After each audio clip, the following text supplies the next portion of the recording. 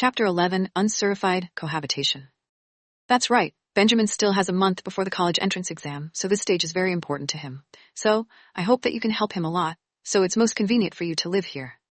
William Walton said plainly, but she was no longer calm. No, Mr. Walton, I'm just a student too, I have to live in a dorm. Plus this place is very far from our school, it's not convenient for me to come and go. I can help you discuss the problem of accommodations in your school. If you don't want to go to school far, I can also send you a car. These are not a problem. No need. I mean, it is inappropriate for a single man and woman to live together. This is illegal cohabitation.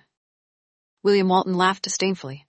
I didn't realize that Miss Green's thoughts were so dirty. Could it be that Miss Green likes Benjamin? Mr. Walton, thinking like this is dirty thinking. Benjamin is only my student. Then do you like me? Without even thinking about it, she firmly retorted. Of course not. Since you don't like us two brothers, then what do you have to be afraid of? Miss Green, I think I still have to remind you that it was you who took the initiative that night. You. Her face flushed red. You're a man. I don't believe that you can't reject me. Miss Green probably doesn't understand men, which is why you don't know that most men don't reject women who throw themselves into their arms on their own accord, unless the man has no sexual abilities. Because of what he had said, her face had turned completely red. It was hard to tell if it was due to embarrassment or anger. William Walton ignored her embarrassment and continued. Speaking of which, I'm a bit curious. Avery Harris and that Nick Anderson, did they lose their sexual abilities? Otherwise, why would they let you leave your first time behind for me? What nonsense are you spouting? Laura Green panicked. How did he know Avery Harris, and why did he mention her brother? You're not investigating me, are you? I'm not so idle. Yesterday, I saw you playing with Avery Harris in the rain. Today, you hugged Nick Anderson at the same place. Miss Green, it seems that I underestimated your ability. She glared at him. It was William Walton's first time meeting a woman that wasn't afraid of him. She was like a wild cat that was ready to attack at any time. What? There's nothing more to say. Laura Green gritted her teeth. I'm not familiar with Mr. Walton to the point of sharing secrets, so you don't need to worry about my matters. Also, you promised me that you would keep this a secret. Of course, I never told anyone about you sleeping with me, did I? Laura Green heaved a sigh of relief. She reminded herself that she had to be kind. She had to be kind. She had to endure it. Then, what do you mean by my love story now? I'm just rebutting your words based on your illegitimate opinions. You're not the only outsider living in my home. Illegal cohabitation is not suitable for use here. You're like other people I hire. I'll provide you with food and lodging. You're responsible for teaching Benjamin well here. That's all. At the door, Benjamin Walton pushed the door open and walked in.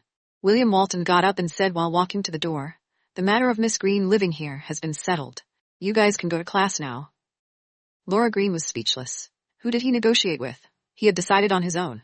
However, she thought that this was a good idea since she planned to move out from the dorm anyway. Seeing how William Walton hated her, he wasn't afraid that she would pounce at him, so what was there to be afraid of? She could use the next month to find a new house to live in. Chapter 12, Feeling of Homelessness. After she finished teaching Benjamin, she rushed all the way to the restaurant with great difficulty. Nick Anderson had already ordered. She sat down and Nick Anderson asked, Are you tired? She gulped down 2 mouthfuls of water. What I'm teaching is what I know. Furthermore, I'm only teaching while sitting. How can I get tired? Little girl, don't you know how to complain? I'm not suffering. Bro, don't always think that I'm the only one in the world who's pitiful. Actually, I'm pretty good. She had a smile on her face and was eating happily. Eat slower. No one is going to fight with you for it. She laughed. You won't be able to win against me. I'll eat them all. Eat it all then. If it's not enough, I'll give you some more. Look at how thin you are now. If Auntie was still alive, she would probably have died from the heartache. When she mentioned her mother, she sighed. Brother? All right, I won't say any more. You can eat. Nick Anderson gave her food from time to time. The two of them looked at each other and smiled. She felt very happy. Right at this moment, a shadow appeared beside them, blocking their line of sight. Laura Green turned around, and when she saw the face of the woman beside her, she instantly lost her appetite. Nick Anderson stood up and frowned. Xiao Yu, why are you here? Brother, why are you like this? You didn't even come to visit your own sister when you came back from abroad, and instead came to visit your illegitimate daughter. Shut up. Am I wrong? She was originally an illegitimate daughter, and she is the shame of our mother. Yet, you treat her so well. Nick Anderson said sternly. Monica Anderson, please be more respectful when you speak. Monica Anderson yelled. Nick Anderson, in the end, I'm still your blood sister, yet you're shouting at me on behalf of an outsider. Who asked you to be so uncultured? How am I uncultured? The thought of my mother being talked about behind her back makes me want to kill her. I am already very merciful. Laura Green clenched her fists and stood up. She was about the same height as Monica Anderson. Miss Bai, please speak with respect. First of all, I don't have a father, so don't force your father on me. I don't care. Secondly, I have never spent a single cent of your Anderson family, and I have never eaten a single meal of your Anderson family either. Even when my mother was hospitalized and needed money to save her life, I had never gone to your Anderson family to beg for it. So there really isn't anyone who has the qualifications to blame me for your Anderson family." Her words caused Monica Anderson's face to turn green and white. "Your existence was a humiliation to me in the first place. That's your idea, not mine. I'm proud to be my mother's daughter." She took a deep breath, grabbed her bag, took out the 1,000 yuan for emergency use, and placed it on the dining table. After shouting, "Pay the bill," she turned around and left.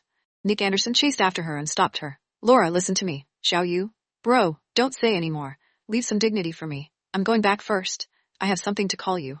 Her eyes were misty. She smiled at him, then pulled out her wrist and quickly left. Nick Anderson turned around and stared at Monica Anderson. "Are you satisfied now?" With that, he left the restaurant. Laura Green walked along the side of the road for a few hundred meters before finally sitting down on the curb. She liked to watch the traffic because she envied everyone their home. "Mom, I miss you. I miss you." In the traffic, William Walton saw Laura Green at first glance. He looked at her for 10 minutes after the car had been stuck there for 10 minutes. She was like a frozen puppet, her head lowered as she stared at the ground, motionless. He opened the door and got out, walking toward her. A pair of black leather shoes appeared before her eyes. She raised her tear-stained face and frowned. Chapter 13. This is the coincidence. The instant their gazes met, his expression froze. She turned her head to the side, quickly wiping away the tears on her cheeks, and stood up. "Mr. Walton, why are you here?" She pretended to be calm as she looked at him. "Is that your catchphrase?" Laura Green was puzzled for a moment, and it was only then that she realized she seemed to ask him this question every time she saw him. She embarrassedly scratched her forehead. "I was just flabbergasted that I actually encountered Mr. Walton, whom everyone in Northern City admires, by the side of the road." "Cut the formalities. What are you doing sitting here? It doesn't seem illegal for me to sit here." "Very annoying." She panicked. "How am I in the way? This is the public road. I sat in the car and looked at you. You looked like a stray cat that had been abandoned on the side of the road." As he said this, her nose soured. Thinking about it this way, she felt that she was no different from a stray cat. She also had no family, she was also abandoned, and similarly, no one was waiting. A tinge of desolation appeared in her eyes. "Then I won't bother Mr. Walton anymore. I'll be leaving first." "Where are you going?" he asked coldly. "Follow me to the car. I'm also heading home." "Go back." "Home?" He turned around and walked a few steps. Seeing that she had not caught up to him, he turned his head and coldly asked, "Are you not going to leave?" "My luggage is still at school. I don't lack anything at home. You can go collect your luggage tomorrow. Get in the car first." Somehow Laura Green got into his car. Coincidentally, as soon as the two of them closed the car door, the congested traffic suddenly started to move. This congestion was as though she had purposely met him by chance, neither too early nor too late, such a coincidence. He said to the driver, "There's no need to take a detour, just go straight home." "All right, Lord Third." She looked at him. "Where were you going just now?" "If you're busy, put me down first. I can go back by car." "I was planning to go home." The driver looked at the rearview mirror. "Didn't Sanya say he was going to the clubhouse?" William Walton glared at the driver through the rearview mirror. The driver immediately moved his gaze away. He didn't say anything, and didn't dare to think too much about it. He just drove back to the mansion obediently. Did something happen? The two of them sat at the back of the car in silence for 5 minutes, before William Walton opened his mouth. "No, I just saw someone driving a luxury car and got stuck on the road. I thought it was funny, so it turns out that money isn't everything." He was displeased. Did this woman believe he was a 3-year-old when she told lies so blatantly? "Then what are you crying for?" "I'm crying because I'm poor. I don't even have the right to sit in the car and curse at the traffic jams. I don't have a car." Thinking of the 1,000 yuan she just lost, she felt as if a knife was cutting through her heart. In the future, she would never go out with the rich to eat again. "You make it sound like you know how to drive when you have a car." She turned her head and glared at him. This man, did he have to have such a venomous mouth? "Driver, do you know how to drive when you're born?" The driver laughed. "Miss must be joking." Laura Green raised her eyebrows and looked at William Walton provocatively. "Then it seems that Sanye was born with a strange bone. He was born with a car." The driver nervously swallowed his saliva. Did this Miss Green not want her life? Who was Sanye? How dare she scold him? Chapter 14. It is dangerous for Miss Wen to drive a car. William Walton squinted at her. She felt guilty for a moment. "Hey, I mean, although I have a driver's license, I've never driven a car before. If I did get on the car, I might be able to drive very well." William Walton snorted. She was capable of yielding. "Mr. Carter, stop the car." Mr. Carter immediately stopped the car. William Walton's chin slanted forward as he looked at her and said, "You go drive." "Me?" She had a guilty conscience, so much so that she unconsciously lowered her voice by a few decibels. "Mr. Carter, get off work."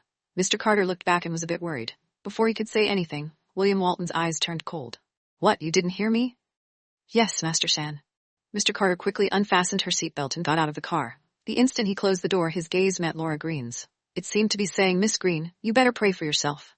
After Mr. Carter left, she looked at him and said, Mr. Walton, are you joking with me? I'm giving you a chance to prove yourself. I refused such an opportunity. Then let's spend the night in the car.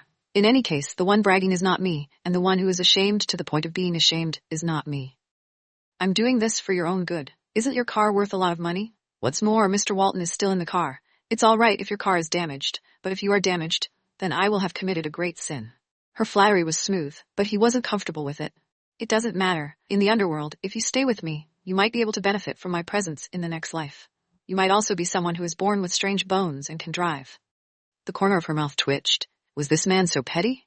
He didn't think of himself as childish. He just felt unhappy that he had been ridiculed by her just now. After all, in the entire northern city, no woman would dare to do such a thing. Seeing that he was silent, she pouted. Are you serious? Hurry up. Then, can you sit in the passenger seat? Why? There is someone beside me who can help me strengthen my courage. Sure. William Walton got out of the car before her and got into the passenger seat. She sat down in the driver's seat with a heavy heart. In her heart, she reminded herself that even if she had to tease the dogs by the side of the road, she should not provoke the person beside her. Just as she started the car and was about to step on the accelerator, he calmly said, This car is less than 10 million. If it breaks down, you just need to pay for it with 50% discount. I gave you a very cheap price, so you don't have to feel too much pressure. Her heart was thumping as she looked at him. Are you trying to scare me off? I'm ringing the alarm for you to cherish your life and the hard-earned money in your wallet, she snorted. I'm not driving. We'll stay in the car tonight. This car will be parked here. There will be people here to watch and take pictures in half an hour. If you want to be famous, just sit here. She glared at him. Was this man purposely here to harm her? She gritted her teeth. Fine, let's die together. She slowly moved the car to the middle of the street. He smiled and crossed his arms in front of his chest. Don't be afraid. This car is very good. It won't fall apart if you bump into it. Also, even if it falls apart and you don't have any money to pay for it, you can repay the debt with your body. You have a nice figure. I won't refuse you. His words caused her to be shocked as she stepped on the throttle to the end. The car behind them missed and hit the back of Maybach's car. Chapter 15. Have a great appetite? She was stunned. Something really happened this time. She looked back and saw that the owner of the car behind her hadn't moved. She looked at him, her face filled with fear. What should I do? Is it my responsibility? I stepped on the brakes. So, who let you hit the brakes? Because you scared me. Letting you repay me with your body is just scaring you? When you pounced at me before, why didn't you think that I would be scared by you? She was speechless. At this time, can we not discuss this kind of topic? What should we do now? What should I say when I go down? He is responsible for not keeping a safe distance from you, but he should be more afraid than you are by now. Why? Because of this car, he can't afford it. Stay in the car and don't come out. She nodded. William Walton got out of the car and walked towards the back. The car's owner got out. She turned to look at the two men and said something to each other. Then, William Walton took out his wallet and handed him some money. He took it and got into the car. The entire process of William Walton's return took less than 3 minutes. She asked anxiously, Did you compensate him? Right, I'll charge it to your account. From now on, you can pay it all at once. Drive the car. She was speechless. You're still making me drive? Since you are going to pay for it, why don't you just relax and drive the car back? A single collision is a collision. 2 collisions is also a collision. If there's no difference, let's go. She was on the verge of tears. Was there a need to comfort others like that? Trembling, she drove the car back to the main entrance of the villa, that feeling her entire body stiffen. William Walton looked at her with a smile, then opened the car door and got out. She got out of the car and felt her legs go soft. He looked at her charmingly as he walked into the villa with a smile. Butler Tong came out to greet him. Seeing that he had brought Laura Green back, he hurriedly said, Master San, Miss Green's room has been arranged. It's on the first floor of the 4th Master's residence. William Walton stood still and looked at him. Butler Tong was puzzled. Master San, do you have any other orders? Benjamin is a student who's going to take the college entrance examination. Will letting Miss Green stay with him not affect his learning? Yes, I think so. Butler Tong immediately understood what he meant and nodded. William Walton turned around and said as he walked, Arrange it with me. I can take care of it for this month. Yes, I'll go back and have someone clean up the room. Laura Green, who was still standing beside the car, scoffed at his words. She didn't want to live with him at all. Also, this car will be said to be repaired tomorrow. The maintenance fee receipt will be given to Miss Green for safekeeping. All right.